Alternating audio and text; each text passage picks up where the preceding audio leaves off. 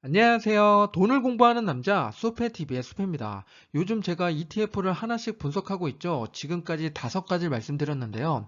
S&P 500 지수 추종하는 ETF부터 월배당을 많이 주는 ETF, JPI까지 다양한 ETF를 다루고 있는데요.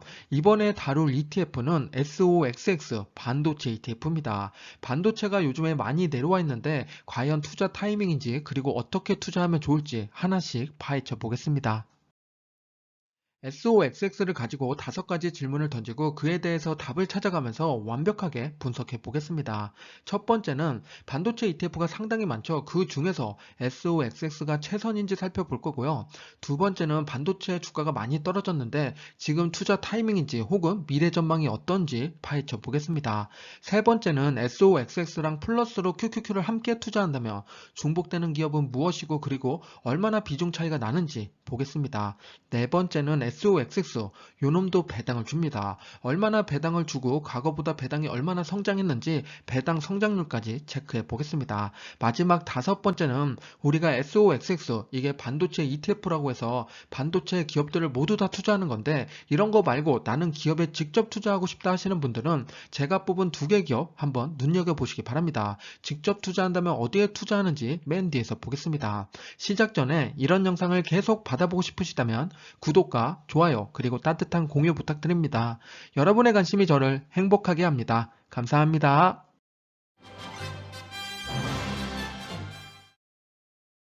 반도체 ETF가 정말 많은데요. 그 중에서 5가지를 가지고 왔습니다. 테마 ETF 치고는 정말 ETF가 많은 편인데 이 5가지 뒤에 숫자는 투자하는 기업 수입니다. 기업 수는 거의 다 비슷하죠. 한 40개에서 30개 안팎으로 되어 있는데 제가 자주 보는 것 중에 하나가 ETF 투자할 때는 자산 규모 총 보수 그리고 투자 섹터랑 투자 기업들입니다. 우선은 자산 규모를 먼저 보게 되면 흰색으로 나타낸 부분인데요. 규모 차이가 상당히 크죠. 2개가 독보적입니다. SOXX랑 SMH 요 2개가 7빌리언이 넘습니다. 그리고 나서 총보수를 보게 되면 0.35랑 0.43이죠. 우선은 SOXX랑 SMH 요 2개가 저는 눈에 들어왔습니다. 그리고 나머지 ETF들을 보면 특히나 FTXL 요런 거는 0.6%의 보수를 내면서 굳이 투자할 필요 없습니다. 그리고 특히나 위에 있는 ETF랑 거의 기업이 겹치기 때문에 이런 것들은 그냥 제쳐두고 위에 있는 2개 중에 하나를 선택하신다고 보면 됩니다. SOXX랑 SMH 투자하는 기업이 뭐가 있는지 한번 살펴보면은 우선 32개랑 26개의 기업에 투자를 하고 있습니다. 왼쪽에 있는 SOXX는 브로드컴 AMD, 엔비디아, 인텔 등 다양한 반도체 기업들 우리가 알만한 게 다 들어있죠. 오른쪽을 보더라도 거의 비슷한 모습을 나타내고 있습니다. 여기서 특징적인 걸 하나 뽑아보면은 ASML이랑 램 리서치는 SMH에 포함되어 있습니다. SOXX에는 없는데요. 오른쪽에 있는 요 기업들은 반도체 장비 기업입니다. 그렇게 따지면 SMH는 반도체 기업에도 직접 투자하지만 장비 기업도 포함되어 있다고 보시면 됩니다. 조금 더 보기 편하게 탑10 기업의 비중을 보겠습니다. 탑10 기업의 비중이 57에서 58%니까 요 기업들 잘 알아둬야겠죠. 그리고 빨간색으로 표시한 부분이 제가 좋아하는 기업입니다. SMH가 더 좋아하는 기업이 많이 포진되어 있는데요. 배당을 보게 되면 SOXX가 0.9%로 더 높은 편입니다.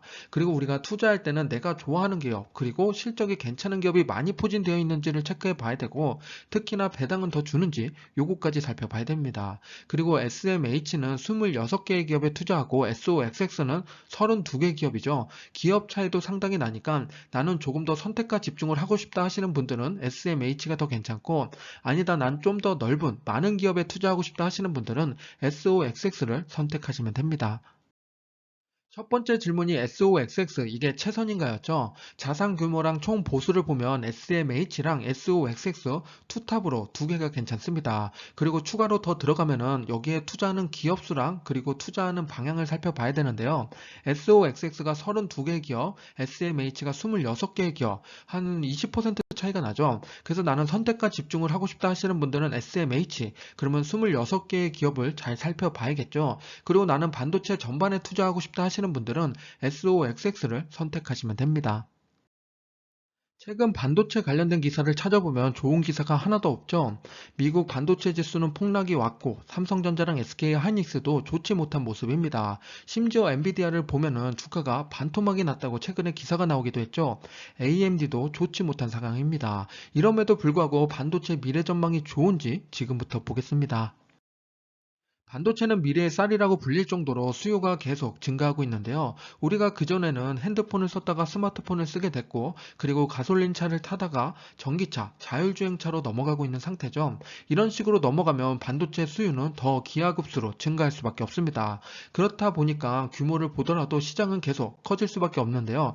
그 중에서도 시스템 반도체도 커지고, 무엇보다 AI 반도체 시장의 확장성이 큽니다. 그리고 오른쪽을 보더라도 이렇게 수요가 크니까 반도체 설비 투자도 계속 진행 중에 있습니다. 이런 식으로 반도체 전망은 좋을 수밖에 없는데 지금은 이렇게 중간에 공급난 이슈 혹은 인플레 때문에 준춤하는 시간이 생기게 되는 겁니다. 삼성전자 주가 차트를 보면서 반도체 슈퍼 사이클을 한번 보겠습니다. 2012년도에 보면은 스마트폰이 들어오면서 반도체 수요가 엄청나게 증가했죠. 그리고 2016년에서 17년도 넘어갈 때 서버 증설로 인해서 이때 클라우드가 나오고 데이터 센터 이런 식으로 증가했습니다. 그리고 나서 2020년도에 4차 산업혁명 이야기가 나오면서 코로나도 있었고 그 다음에 공급으로 엄청나게 증가시켰습니다. 이런 식으로 세 번의 슈퍼 사이클이 진행이 됐고 요 사이를 보게 되면은 그 간극이 조금씩 줄어들고 있습니다. 이렇다는 건 이제 2022년 혹은 23년도에 다시 한번 슈퍼 사이클이 올 수도 있다는 거니까 우리는 지금부터 차곡차곡 생각해 볼 필요가 있습니다. 반도체 슈퍼사이클이 오냐 안 오냐 그 전에 우리는 반도체 기업들이 주가가 많이 올라가 있냐 이걸 좀 체크해 볼 필요가 있습니다. 1년간의 차트를 가지고 왔는데요. 고점 대비 하락률을 보면 상당히 큰 편입니다.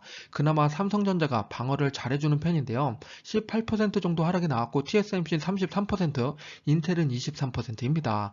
엔비디아를 가져오면 거의 45% 정도 하락해 놓은 상태죠. 그렇다는 거는 반도체 슈퍼사이클이 오지 않더라도 지금은 거품이 껴있지 않다는 이야기니까 오히려 지금이 기회일 수 있습니다. 추가로 봐야 될 것 중에 하나가 그럼 투자를 잘 하고 있느냐 이것도 봐야 되는데 삼성전자는 10년간 171조를 투자한다고 이야기했고 TSMC는 3년에 115조 그리고 인텔은 미국과 유럽에 113조를 투자한다고 합니다. 그리고 심지어 삼성전자랑 인텔 CEO가 만났죠. 반도체 관련돼서 어떤 협약이 일어날지 모르겠지만 그렇다 하더라도 반도체 관련된 수요와 공급은 증가하겠다는 이야기니까 CEO 간의 얘기가 잘 되길 바래 봅니다.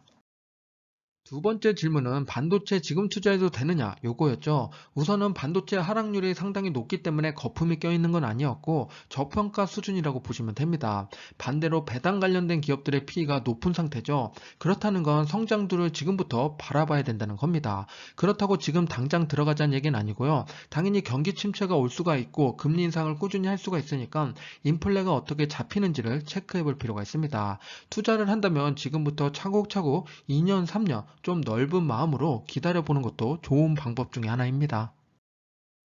SOX를 QQQ랑 함께 투자하면 비중이 얼마나 겹치는지 한번 보겠습니다. QQQ는 100개 기업에 투자하고 있고 SOXX는 32개죠. 겹치는 기업을 봤더니 16개입니다. 딱 절반이 겹치고 겹치는 기업들을 보면 브로드컴, AMD, 퀄컴, 엔비디아, 인텔 이런 기업들입니다. 우리가 알만한 반도체 기업들이 대부분 겹치고 있고요. 이렇게 반이 겹치니까 같이 투자하면 안 되겠다 이런 생각이 들 수 있습니다. 그러면 실제로 비중은 얼마나 되는지 한번 체크해 볼게요. QQQ를 우선 100%라고 가정을 했을 때 SOXX의 비중이 비중으로 따졌을 때 16.4%가 포함이 됩니다. 여기서 기업으로 조금 더 들어가면 엔비디아의 비중은 3.4%를 차지하고 있고 애플의 비중이 12.5%입니다. 100% 중에 애플은 12.5%를 차지하고 있고 엔비디아는 3.4% 상대적으로 작죠. 그래서 우리가 QQQ 투자하면서 SOXX를 투자하고 그리고 엔비디아를 투자하더라도 각각의 비중이 작기 때문에 그렇게 큰 데미지를 먹진 않습니다. 하지만 내가 QQQ를 투자하면서 S&P 500에 투자하고 애플을 투자한다. 그러면 애플의 비중이 상당히 크죠. 이랬을 때는 우리가 직접 기업에 투자할 때는 고려를 해야 됩니다. 이런 식으로 각각의 비중을 체크해 본 다음에 그 비중이 상관관계가 높은지 작은지를 체크하고 중복으로 투자할지 말지를 생각해 보시기 바랍니다. 추가로 QQQ랑 SMH의 중복도를 체크해 봤습니다. SMH는 26개의 기업이었는데 QQQ랑 중복되는 기업은 18개나 됩니다. 18개의 기업을 보면 앞에서 봤던 SOXX랑 비슷하죠?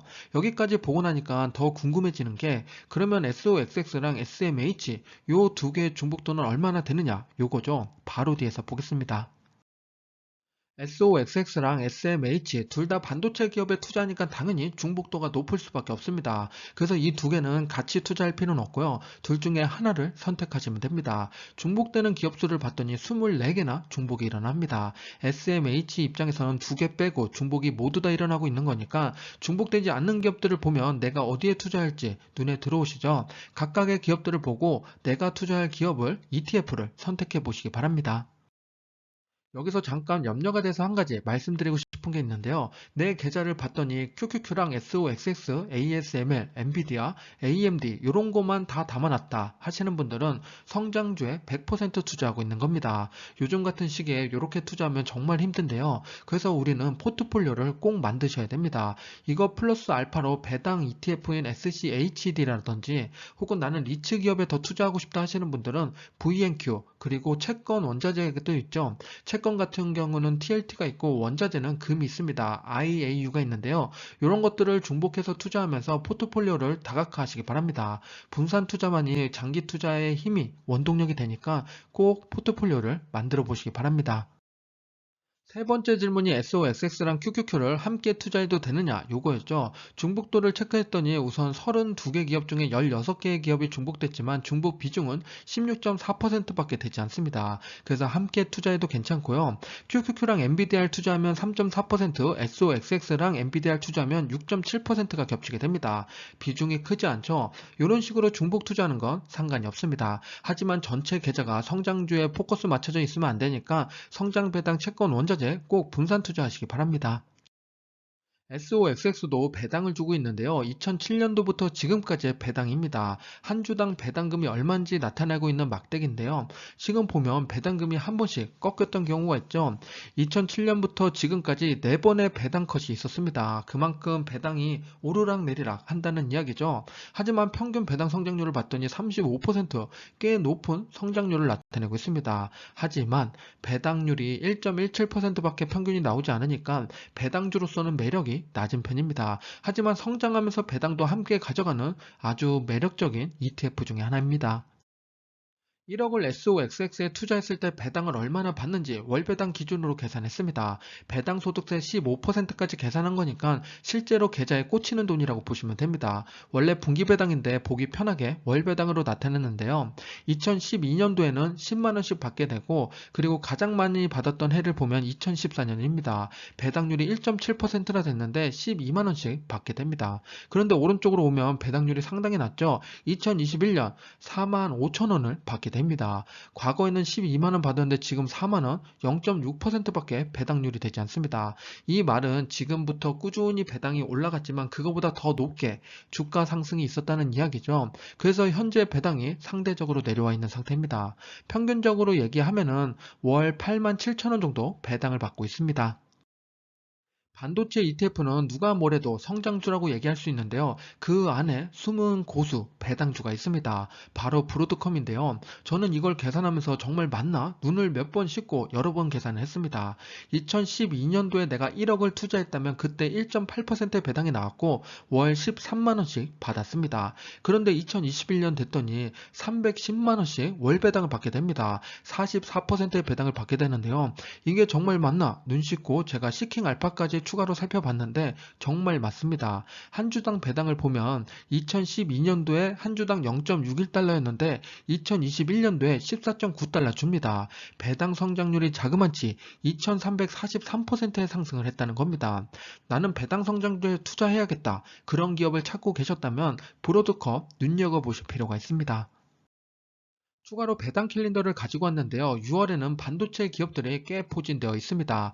1일에는 퀄컴이 있고 8일에는 엔비디아, 16일에는 TSMC, 21일에는 브로드컴이 있습니다. 배당 나길 이틀 전쯤에 매수를 해야지 배당을 받을 수 있으니까 참고해 보시기 바랍니다. 그리고 이런 배당 캘린더를 매달 받아보고 싶으신 분들은 수페빌리지에 놀러 오시기 바랍니다. 네 번째 질문은 SOXX 배당을 준다고 요거였죠. QQQ랑 비슷한 수준으로 배당을 주고 있습니다. 0.6에서 1.7%의 배당인데요. 1억을 투자했을 때 월 평균 배당금이 87,000원 정도 됩니다. 지난번에 QQQ 계산할 때 8만원 정도였는데 7,000원 정도 SOXX가 좀 더 준다고 보시면 되고요. 14년간 배당 컷을 4번이나 했습니다. 코로나19 같이 경제 위기가 오면은 SOXX 같은 거는 배당 컷을 할 수 있구나. 이렇게 접근하시는 게 좋습니다. 그리고 SOXX 안에 숨은 배당 고수가 있었죠. 브로드컴입니다. 배당률이 1.3에서 3.8%까지 왔다 갔다 했는데 평균적으로 1%대에 있습니다. 그리고 배당 성장률이 놀라운데요. 연평균 45% 성장을 했습니다. 마지막 다섯 번째 질문은 반도체 기업에 직접 투자한다면 어디에 투자할까? 요거였죠. 우선은 SOXX 안에 있는 탑10 기업 이 10개 중에서 골라보도록 하겠습니다. 운용사에서 탑10을 골랐다는 건 그만큼 매력적이란 기업이고 이 안에서 재무제표랑 현금 흐름 등을 파악해서 더 좋은 기업을 선별해 보겠습니다. 다른 기업들도 마찬가지만 어느 기업보다도 반도체 기업들은 매출과 EPS가 주가 방향을 확실하게 정하게 됩니다. 그래서 매출과 EPS가 우상향하고 있는 기업이 무엇인지 체크해 봤는데요. 5분기 동안 방향을 살펴봤더니 우상향 한 번도 안 꺾이고 매출과 EPS가 올라간 기업이 5개가 있습니다. 브로드컴, AMD, 엔비디아, 에널로그, 그리고 TX원, 텍사스 인스트루먼트입니다. 이 5개의 기업을 가지고 추가로 살펴보겠습니다. 반도체 기업들은 R&D 투자랑 현금 흐름이 얼마나 좋은지 이런 것도 중요하게 봐야 되는데요. 5개의 기업의 영업 현금 흐름을 보겠습니다. 우상향 꾸준히 올라간 기업은 딱 2개밖에 보이지 않는데요. 브로드컴이랑 엔비디아입니다. 나머지 기업들은 중간중간 하락한 구간들이 있죠. 그리고 브로드컴이랑 엔비디아는 다른 데이터 R&D 투자라든지 혹은 수익률, 순이익, 그리고 마진율 이런 것도 따져봐도 상당히 매력적이고 좋은 기업 중에 하나입니다. 그래서 저는 반도체 기업을 뽑자면 브로드컴과 엔비디아입니다. 반도체도 분야가 상당히 많죠. 브로드컴이랑 엔비디아는 어느 포지션을 취하고 있는지 보겠습니다. 브로드컴을 먼저 보면 통신 인프라 반도체에 포커스를 맞추고 있는데요. 네트워크라든지 TV 셋톱박스 그리고 와이파이, 자동차에 들어가는 내장재 그리고 재생에너지, 사이버 보안, 클라우드 네트워킹까지 포함되어 있습니다. 그리고 오른쪽에 있는 엔비디아를 보면 4차 산업혁명의 중심에 있는 반도체라고 보시면 되는데요.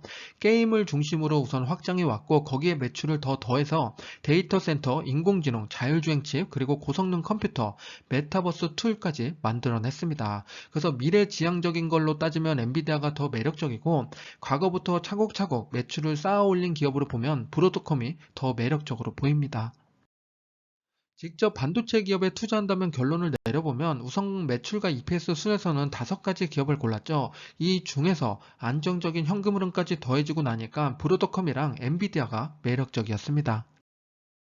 지금까지 SOXX 반도체 ETF를 가지고서 5가지 질문에 대한 답을 찾아봤습니다. 반도체 ETF가 무엇이 있고 어떻게 전망이 좋은지, 배당은 얼마나 주는지, 그리고 어떤 기업이 매력적인지까지 살펴봤습니다. 힘든 시기를 겪고 있는데요. 반도체 사이클은 돌아오기 마련입니다. 투자에 참고해 주시기 바랍니다. 지금까지 수페였습니다. 감사합니다. 성공 투자하세요.